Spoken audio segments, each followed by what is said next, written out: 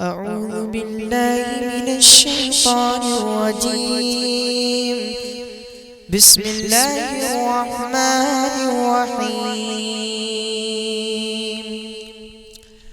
तकरीरी सिलसिले का आगाज होगा, जिसके लिए मैं सबसे पहले गुजारिश करता हूँ उस्ताद मोहतरम फजीलतुल शेख मौलाना शफीक अहमद साहब नदवी हफिज़हुल्लाह व तवल्ला, उस्ताद तफसीर व अदब जामिया लिया अरबिया मऊ से आप तशरीफ़ लाएँ और अपने जामे और बसीरत अफरोज़ किताब से हम जुमला सामीन को महजूज और मुस्तफ़ीज़ फरमाएँ।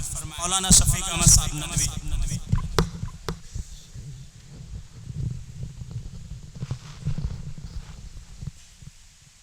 अस्सलामु अलैकुम व रहमतुल्लाहि व बरकातुहू।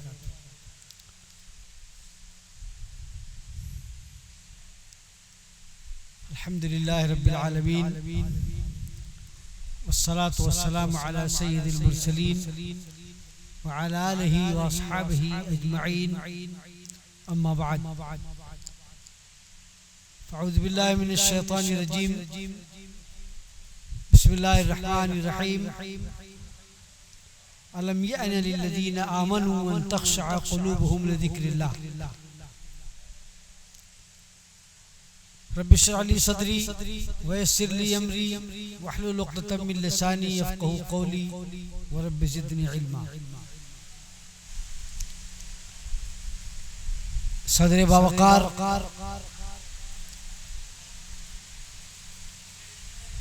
उलमाए किराम, नौजवान साथियों, अजीज बच्चों और मुस्लिम ख़वातीन, आज का ये प्रोग्राम इस मस्जिद पे मुनक़िद किया गया है। हम सब की इस्लाह के लिए, हालात के पेश नजर वो कौन सी खराबियां, वो कौन सी कमियां और वो कौन सी बुराइयां हैं जो हमारे समाज और माशरे में पनप रही हैं और हम उनसे लापरवाह हैं, उनकी तरफ निशानदेही की जाए और आपको और खुद अपने को भी उनसे बचने का तरीका और रास्ता बताया जाए, ताकि कौम व मिल्लत राह रास्त पर आ सके। वरना बिलउमूम हम ये देखते हैं हालात अच्छे हों या बुरे, हम उनको जमाने के रिवाज और रीत कह करके फरामोश कर देते हैं और आगे बढ़ जाते हैं। ये तो होता रहता है, लेकिन नहीं, हमें हालात पर निगाह रखनी पड़ेगी,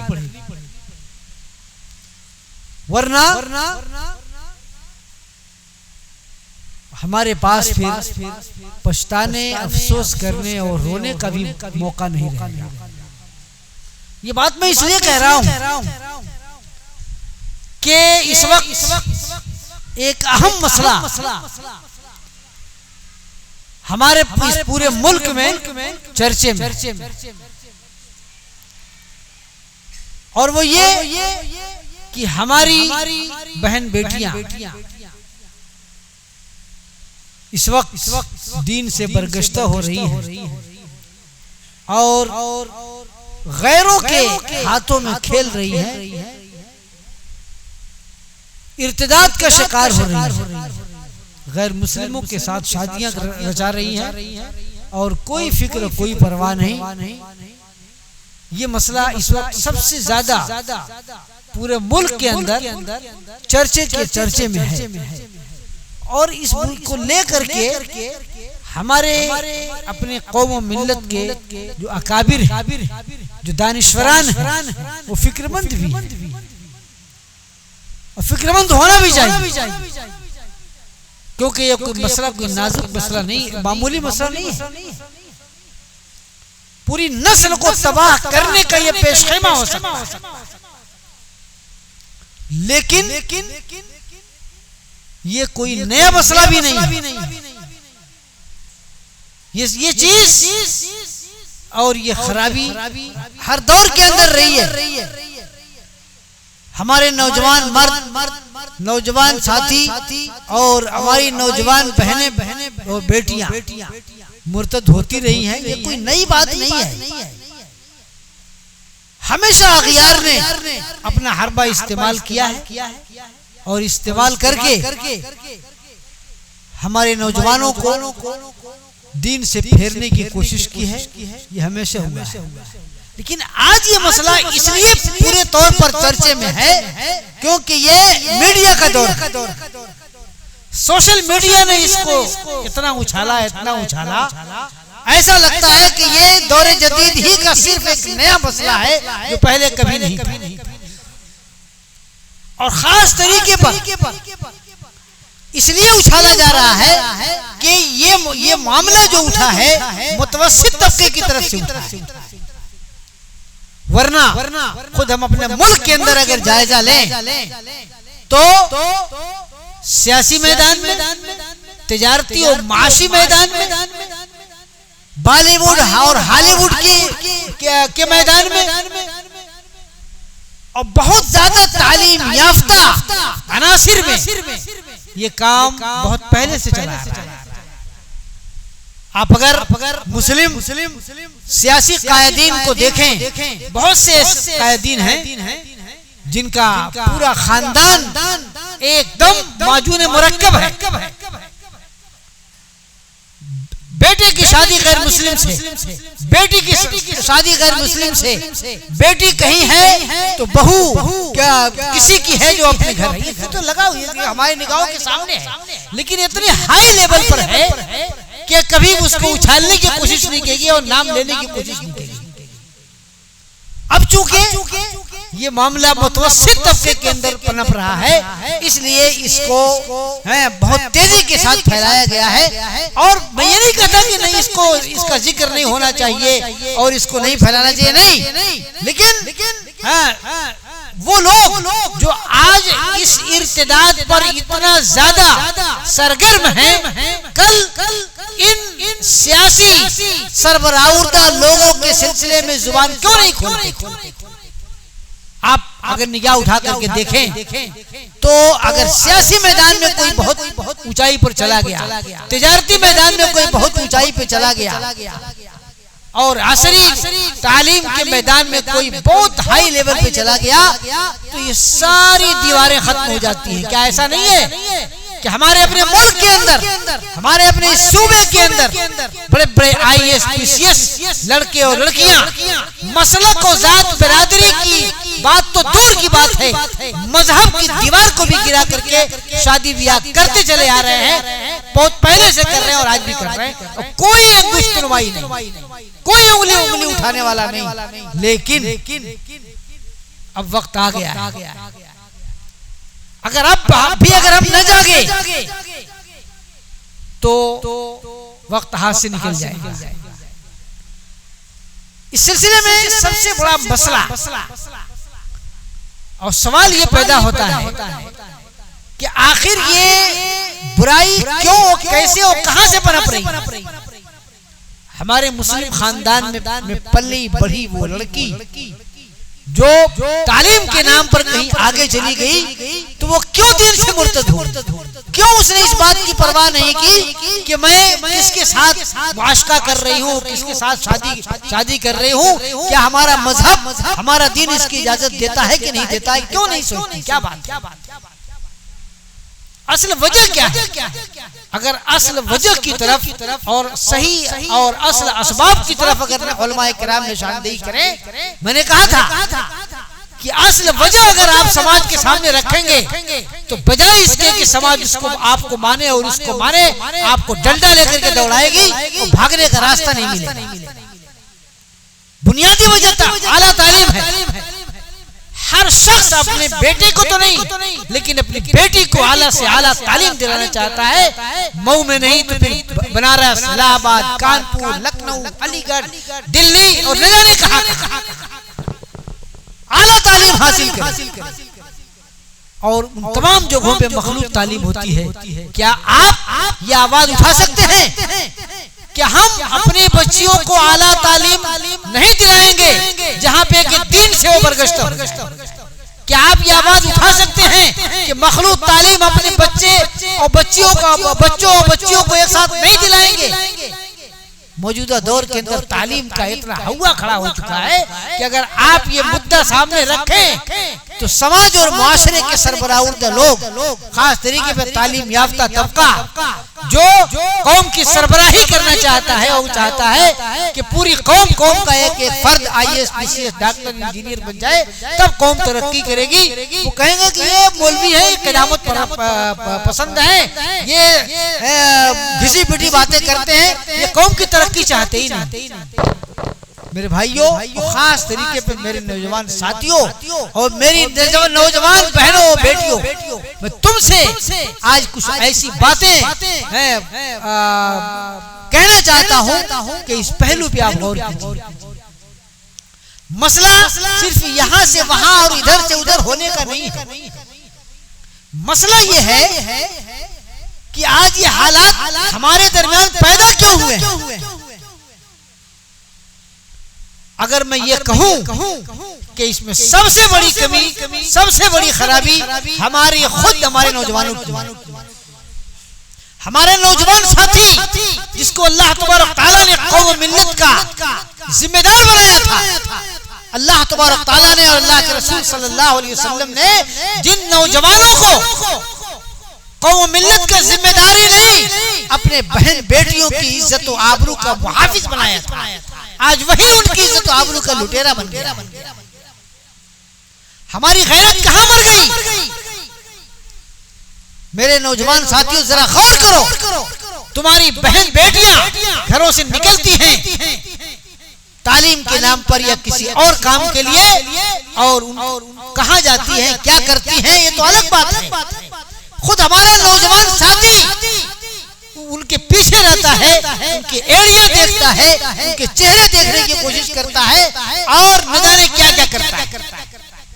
कौम का वो नौजवान जो इस कौम का मुहाफिज था, हमारी इज्जत और नामूस का जो मुहाफिज था, ये माएं और बहनें और बेटियां, ये हमारी इज्जत और आबरू है।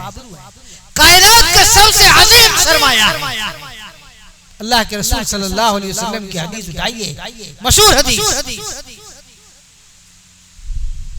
खैर मताए दुनिया अल-मरअतु सालिहा। सही रिवायत है कि नहीं है?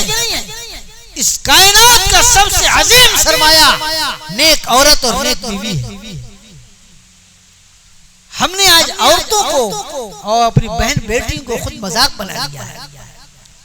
अगर ये जज्बा हमारे अंदर आज पैदा हो जाए कि हमको अपनी बहन बेटियों की हिफाजत करनी है, तो क्या मजाल है कि खैर निगाह उठा करके देखें, सवाल ही पैदा नहीं होगा।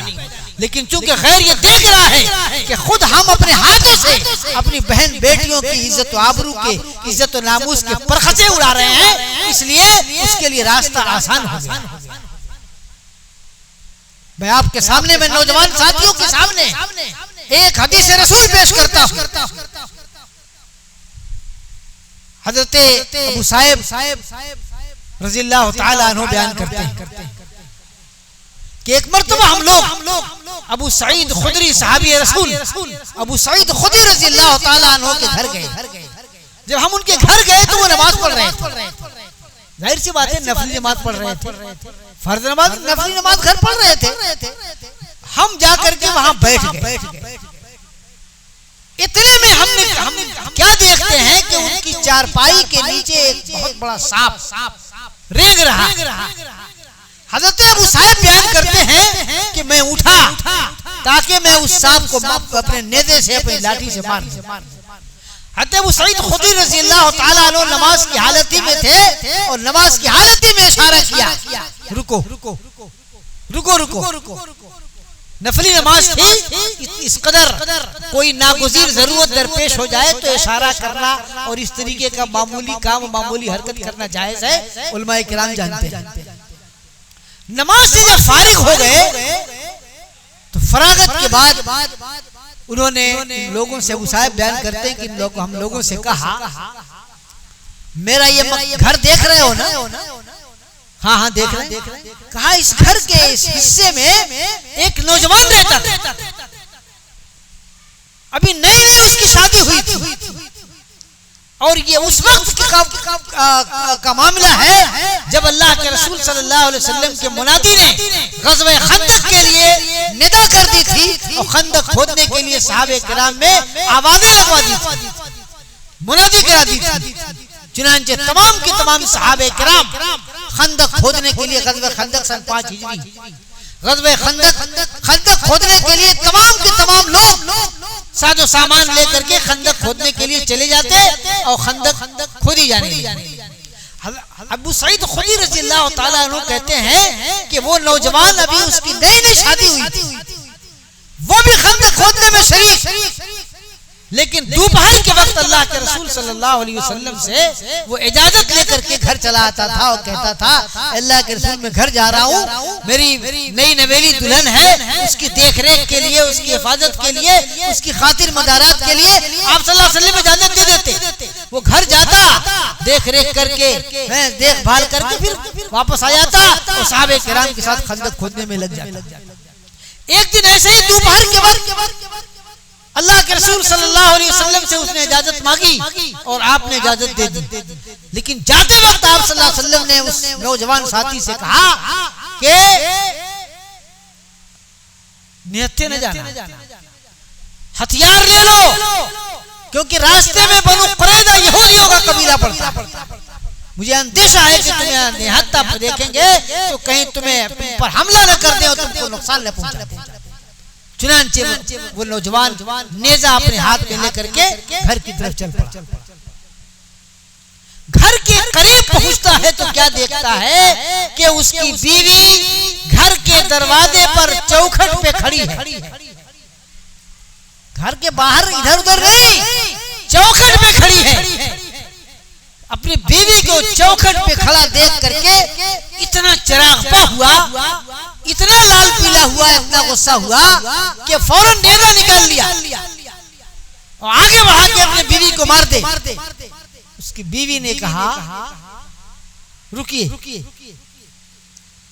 रुकिए, पहले आप घर में दाखिल हो लीजिए, उसके बाद जो आपको करना हो कीजिएगा।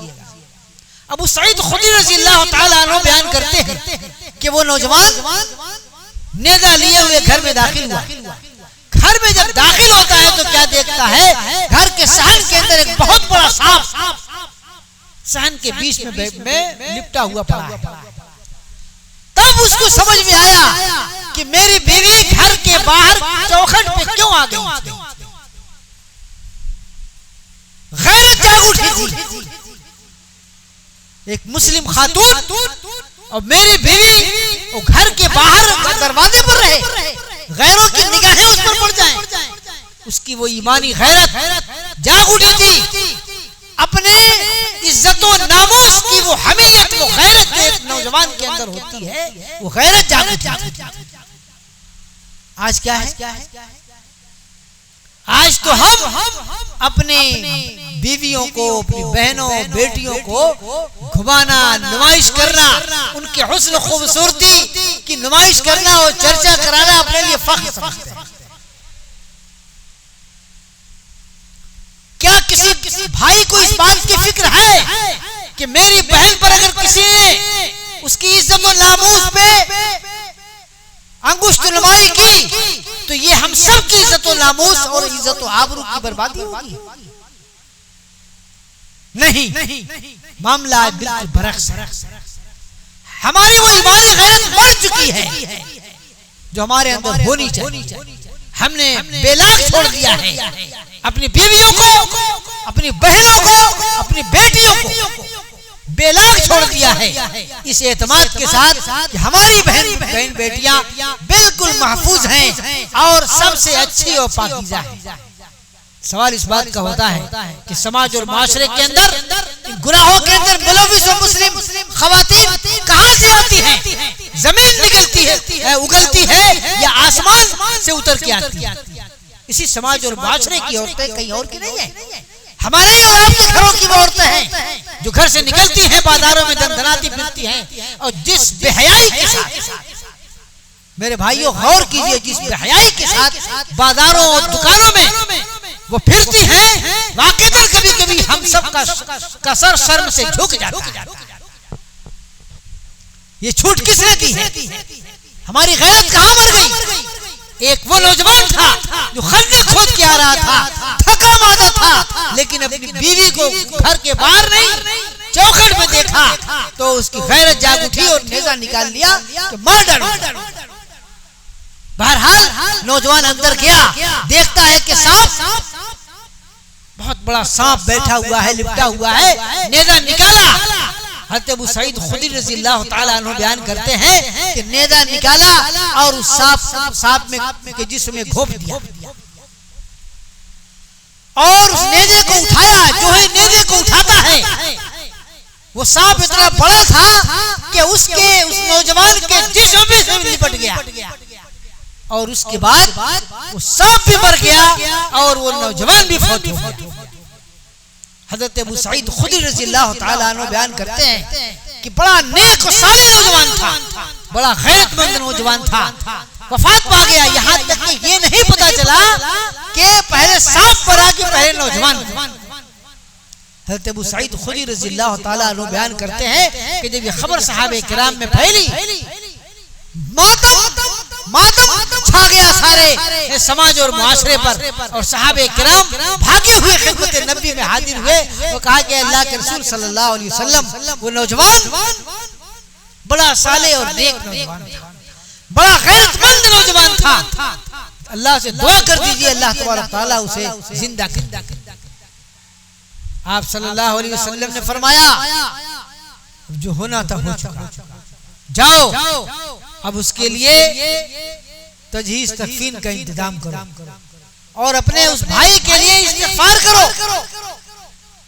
उसके बाद आपने हिदायत जो दी वो ये कि देखो ये मदीना है, मदीने के अंदर इंसानों के अलावा एक और कौम है जो मुशर्रफ इस्लाम हुई है और इस मदीने के अंदर रहती है, तुम्हारे घरों के अंदर।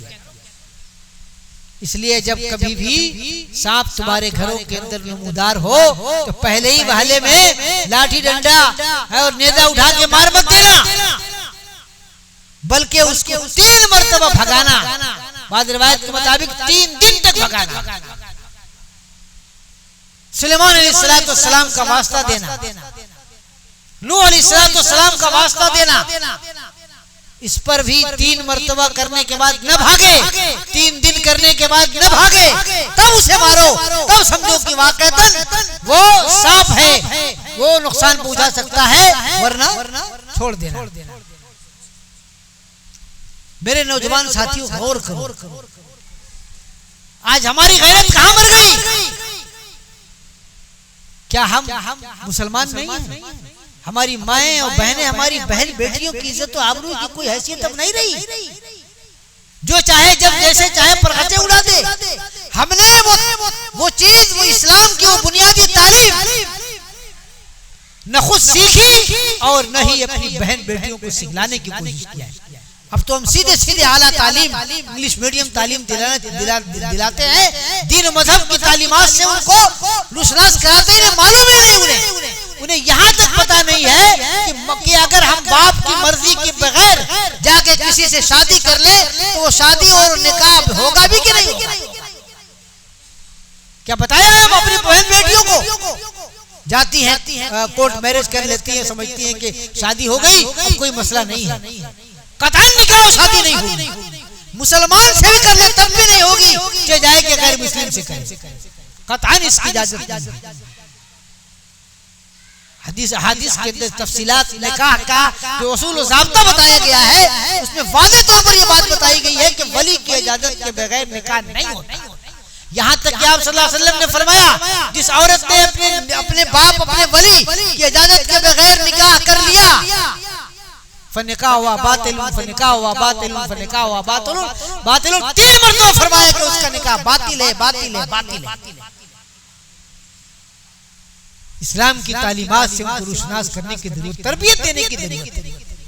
हालात बहुत तेजी से बिगड़ रहे हैं। सिर्फ मसला इर्तिदाद का और गैरों से शादी करने का ही नहीं है। समाज और माशरे में जो बुराइयां पनप रही हैं उसके ठेकेदार और जिम्मेदार हम सब हैं। उलमाए किराम भी हैं और आम्मतुन नास भी हैं, तालीम याफ्ता लोग भी हैं और अनपढ़ लोग भी हैं, सारे के सारे लोग जिम्मेदार हैं। हमने अपनी जिम्मेदारियों को महसूस नहीं किया। आज जब हालात तेजी से बिगड़ रहे हैं तो हमें फिक्र लायक हो रही, क्या करें, कैसे रोकें। मेरे भाइयों, इस्लामी तालीमात से रुशनास करने ही के लिए आज का इजलास मुनक्किद किया गया है, ये बताने के लिए कि नौजवानों को क्या करना है और क्या नहीं करना है, हमारी बहन बेटियों को क्या करना है और क्या नहीं करना है। ये जदीद तालीम, ये असरी तालीम, ये तरक्की का जो जोश और खरोश हमारे दिमाग पर छाया हुआ है, इसी ने बर्बाद किया। रोशनी लाई है मंजिल से बहुत दूर हमें, रोशनी लाई है मंजिल से बहुत दूर हमें, वो अंधेरा ही भला था कि कदम रहा। ये तरक्की, ये मालो दौलत की फरावानी, ये तालीम का इतना जोर शोर, यही वो सारी बुनियादी चीजें हैं जो ये सारी खराबियां पैदा कर रही हैं। और दूसरी सबसे अहम वजह कि तालीम कभी खराब नहीं रही है और न कभी खराब रहेगी। तालीम हासिल करना हमेशा फजीलत है, चाहे वो जो भी तालीम हासिल करे, लेकिन उस तालीम का मकसद और टारगेट सही होना चाहिए। मकसद और टारगेट अगर सही नहीं है तो कभी हम सही हो ही नहीं सकते और न सही काम कर सकते। मेरे भाइयों, अपनी बहन बेटियों को बताओ कि माँ बाप के साथ और माँ बाप की इजाजत और उनकी मंशा के मुताबिक जिंदगी गुजारने और शादी ब्याह वगैरह करने ही में भलाई है। कुरान करीम में आप देखेंगे कई मकामात पर अल्लाह तबारक तआला ने गैरों से शादी का जो तज़किरा किया है मुसलमानों के लिए कि अगर तुम्हें मोमिन औरत न मिले या मोमिन औरत से निकाह और शादी करने की तुम्हारे पास ताकत अगर नहीं है तो तुम अपनी लौडी से शादी कर लो, आजाद कर। लेकिन वहां पर जो कुरान करीम ने लफ्ज इस्तेमाल किया है उस लफ्ज पर गौर करने की जरूरत है। इदा आतैतुमुहुन्ना उजूरहुन्ना मुहसनातिन गैर मुसाफिहातिन वला मुत्तखिदाते अखदान, अपनी उन लौडियों से शादी करो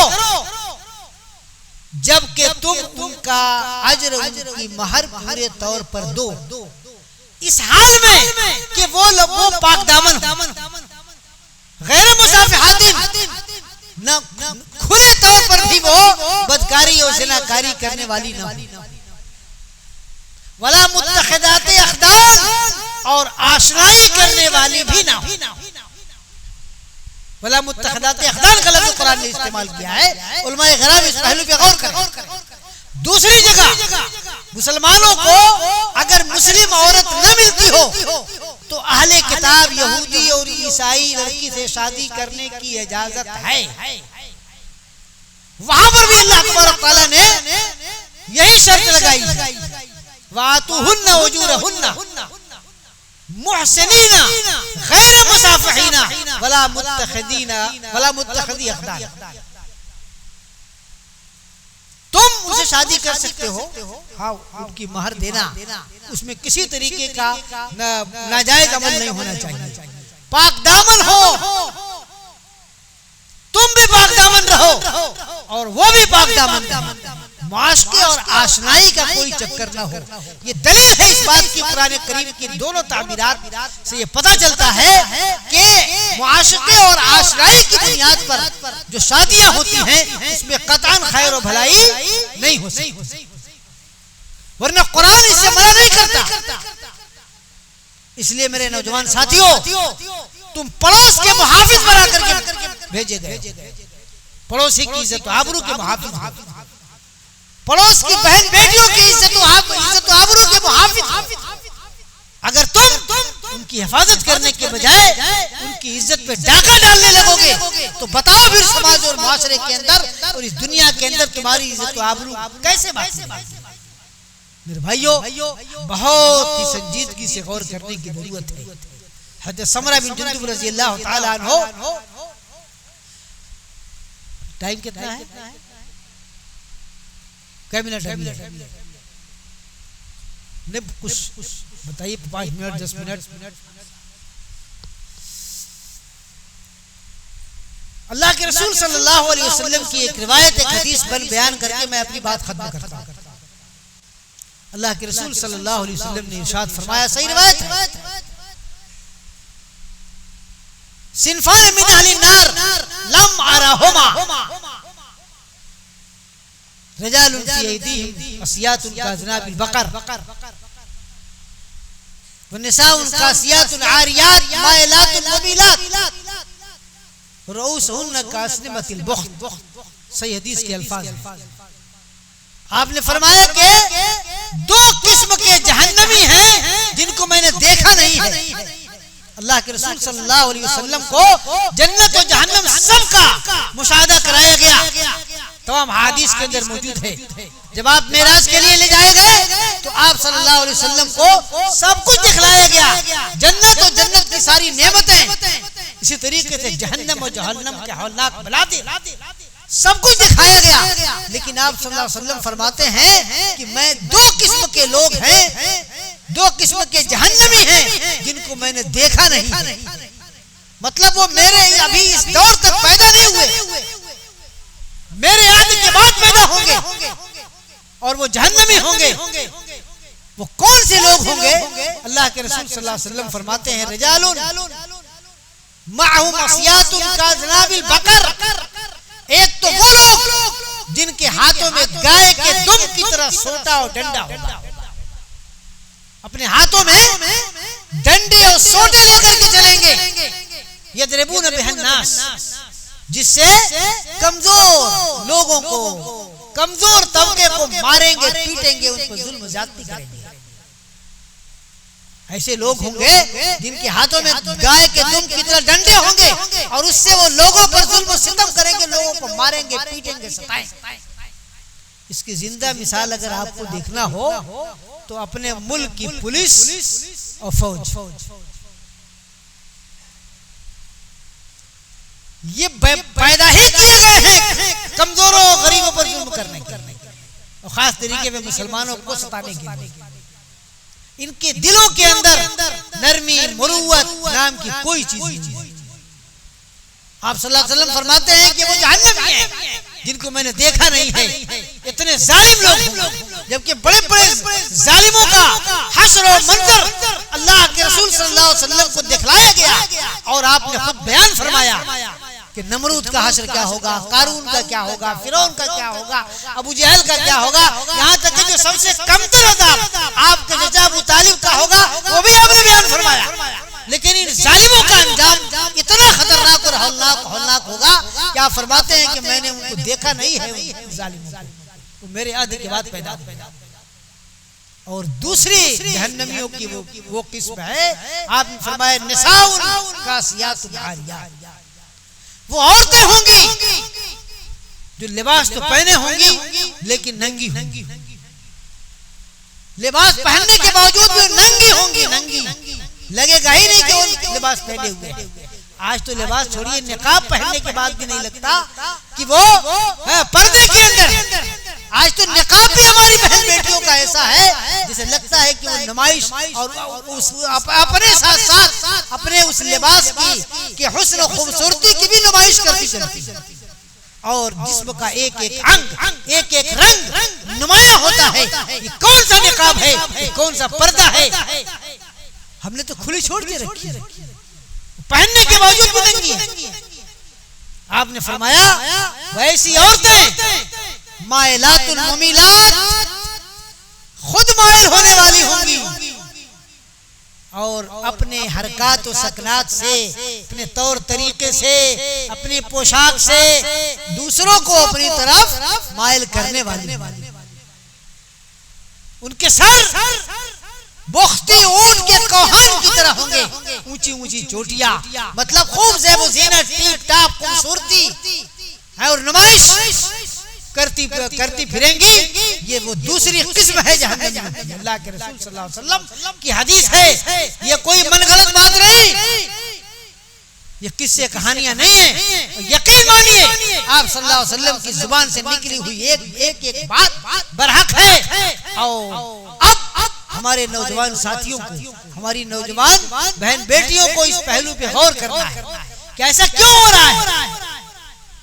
जब हिजाबों में पिन्हा था हुस्ने बुता, बुत परस्ती का भी एक मेयार था, अब तो हर मोड़ पर बुत ही बुत जलवगर। अब कहां तक बुतों को खुदा माने। जब हमारी बहन बेटियां पर्दे के अंदर रहती थी तो उनकी इज्जत और आबरू, उनकी शराफत की कद्र और एहतराम हर कोई किया करता था। कुरान ने इसीलिए कहा है ना कि पर्दे चादर डाल के निकला करो ताकि मालूम हो कि शरीफ घर की शरीफ बेटी। और तुम्हारी शराफत जब जाने और पहचानी जाएगी तो तुम्हारी तरफ गलत निगाह कोई नहीं उठाएगा। लेकिन यहाँ तो हरकत और सकनात से कुल वैसे ही नुमाया होता है, क्यों ना नौजवान पीछे पड़े। और फिर उसमें मुस्लिम क्या हो गैर मुस्लिम क्या। इसलिए मेरे नौजवान साथियों, सबसे पहली बात तो यह है कि अपनी जिम्मेदारी महसूस करो। तुम कव्वाम हो, मुहाफिज हो, निगहबान हो अपनी माओ बहनों की बेटियों की इज्जत व आबरू, लुटेरे नहीं। जब खुद तुम डाका डालोगे तो दूसरों को कैसे रोक सकते। और हमारी खास तरीके पर बहन बेटियां गौर से ये बातें अगर सुन रही हैं तो वो महसूस करें कि उन्हें क्या करना चाहिए। खिलौना नहीं है जो चाहे जैसे चाहे उनसे खेले, और खेल करके खिलौना तोड़ दे और फेंक दे। बड़ा वकार है तुम्हारा अल्लाह के नजदीक, मजहब इस्लाम के नजदीक। इस्लाम ने तो कायनात की सबसे कीमती पूंजी तुम्हें कहा है। और जिस घर में वाकई में एक औरत हो, वो घर तो दुनिया ही के अंदर जन्नतनुमा बन जाता है। इसलिए अपने आप को समझो, समाज और माशरे की इस्लाह तुम्ही से होनी है, दूसरे कुछ नहीं कर सकते। और हमारे जो गार्जियन हैं, सरपरस्त हैं, उनकी जिम्मेदारी बनती है कि वो इन हालात पे गौर करते हुए कदगन लगाएं, बंदिश लगाएं, अपनी बेटियों पे, अपनी बहनों पे, अपनी बीवियों पे बंदिश लगाएं, ताकि हालात अपने आप सुधार की तरफ मायल हो और हालात दूसरों के पासे में जाने के बजाय हमारे पासे में आए। इसलिए मेरे भाइयों, अल्लाह तबारक तआला से इन हालात में दुआ करनी चाहिए। इलाही आलमीन मिल्लत इस्लामिया की हिफाजत फरमा। खास तरीके पर हमारे नौजवान साथियों को और हमारी नौजवान बहन बेटियों को इस्लाम की अजमत और अपनी अजमत समझने की तौफीक इनायत फरमा। परवरदिगार आलम हम सब की खताओं को दरगुजर फरमा। इलाही आलमीन हम में से जो मरीज हैं उनकी शिफाअजुल कामिल अता फरमा। हमें जो मकरूज हैं इलाही आलमीन उन्हें कर्ज की अदायगी की तौफीक अता फरमा। अल्लाह हम सबको दीन पर चलने वाला पूरे तौर पर साहिब इस्तिकामत बना। आमीन सुम्मा आमीन। व आखिर दअवाना अल्हम्दुलिल्लाहि रब्बिल आलमीन। अस्सलामु अलैकुम व रहमतुल्लाहि व बरकातहू।